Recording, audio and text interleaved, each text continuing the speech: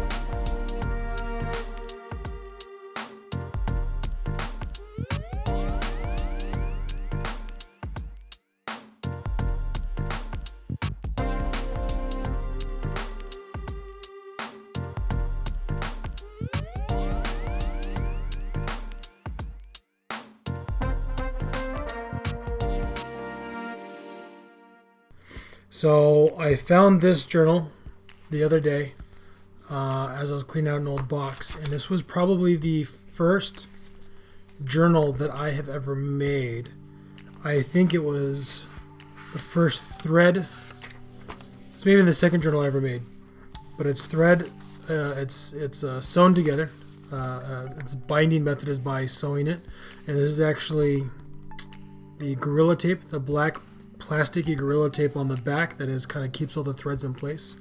And this cover is a sheet out of an old mechanical engineering textbook, something that was probably from the 80s, one of the first revisions of such, design of machinery, and then it is stuck to a piece of wax sketch paper. And the way that you stick it is with polyvinyl acetate glue. That's how you make journals, journal covers. So the one that you saw me create in the previous video was kind of a rough one. I'm practicing again. I'm very much out of practice, and there's a couple of skills that I have forgotten since when I did this last year. But this is cloth tape, which is a little bit more in the standard of what most of the journals have as the finish to the end. This is a photo paper. So it's a non-gloss matte, but photo paper. So it's a piece of 8.5 by 11 that someone has printed a pattern on, stuck to Bristol board.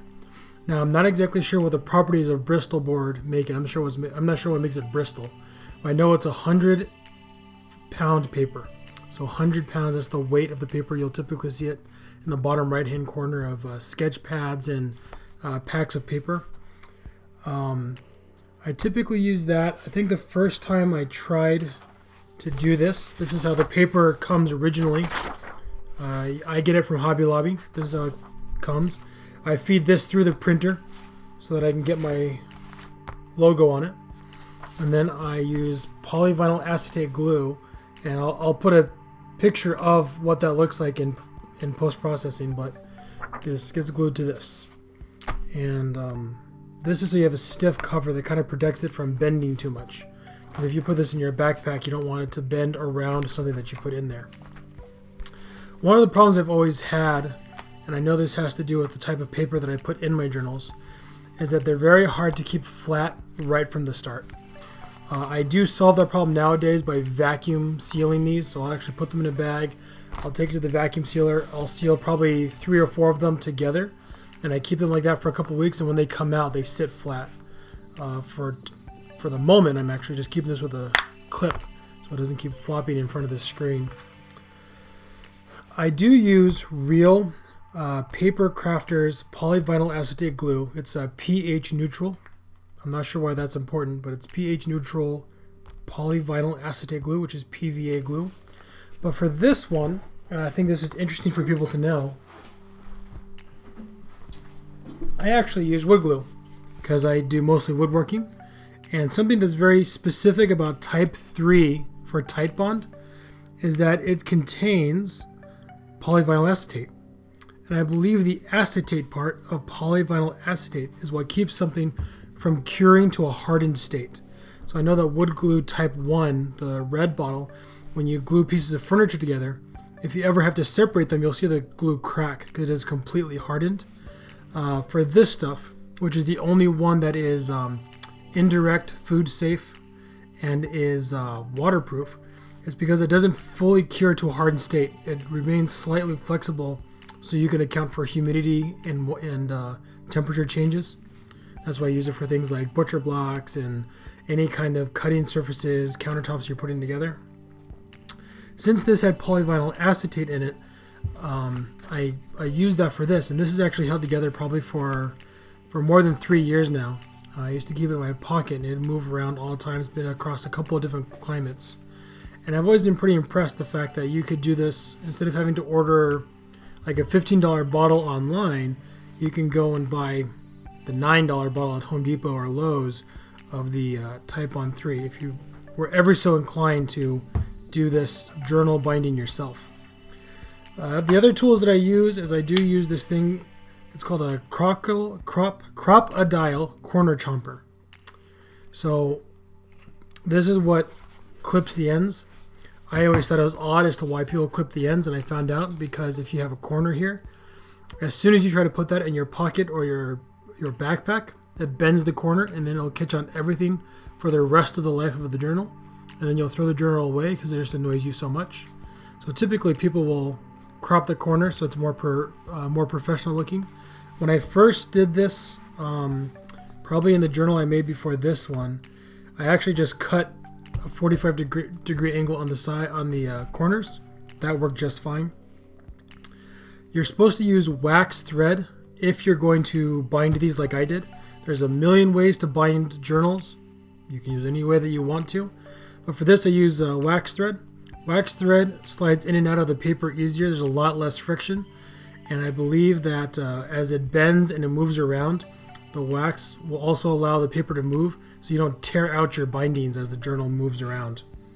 I do use cloth tape now, although I have done several recently with Gorilla Tape. It's incredibly durable. It'll last forever. I use a straight edge to trim the sides. I use a Duresta ice pick actually to puncture the holes to prepare for the binding of the journal. So what I do, and I'm trying to get away from this, but I use regular copy paper because it's very bright. It's very easy that you're not going to poke your pencil through it or anything like that, as opposed to sketch paper that I've used before, and it's really, really cheap. So most of the decisions I make are because they're really, really cheap. So I use this, and I use a template and I use the ice pick and a piece of foam, solid foam insulation from a home store, and I just pierce it every 1/4 of an inch, and then I sew it together, like you saw in the previous video.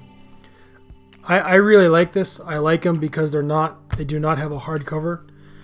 They fit in my backpack. They fit in pretty much any bag that I have. I like the size because they're very easy to produce. So if I'm not making a decision because of how cheap it is, I'm making a decision about how easy they are to make. There's something about my nature that I like things to match. So I take a lot of pleasure out of the fact that I can produce 10 of these over the next 10 years, and they're always going to be the same.